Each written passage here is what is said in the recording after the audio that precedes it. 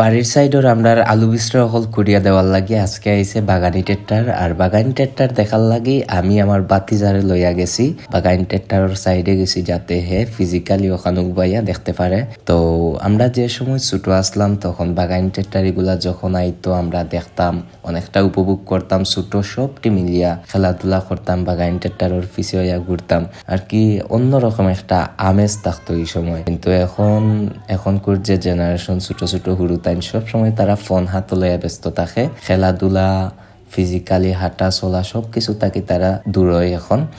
এর লাগি মূলত আমি সবাই রকম আপনার আর ছোট ছোট বাচ্চা ইন্তরে হুরুতা ইন্তরে মোবাইল থাকি দূরে রাখিয়া সুস্থ এন্টারটেনমেন্ট যেগুলা আছে ওগুলার প্রতি তারারে আকৃষ্ট করবা, তারারে লইয়া ঘোরাফেরা করবা, প্রাকৃতি দেখাইবা, খেলাধুলার প্রতি আকৃষ্ট রাখবা, তখন দেখবা তারা মোবাইল থাকি দূরে থাকবো। তো দেখবা ফিজিক্যালি এন্ড মেন্টালি তারা সবসময় ফিট থাকবো, সবসময় খেলাধুলার প্রতি তারার মনোযোগ থাকবো, মোবাইল থাকি দূরে থাকবো। তো সবাই ভালো থাকবা, সুস্থ থাকবা, আল্লাহ হাফেজ।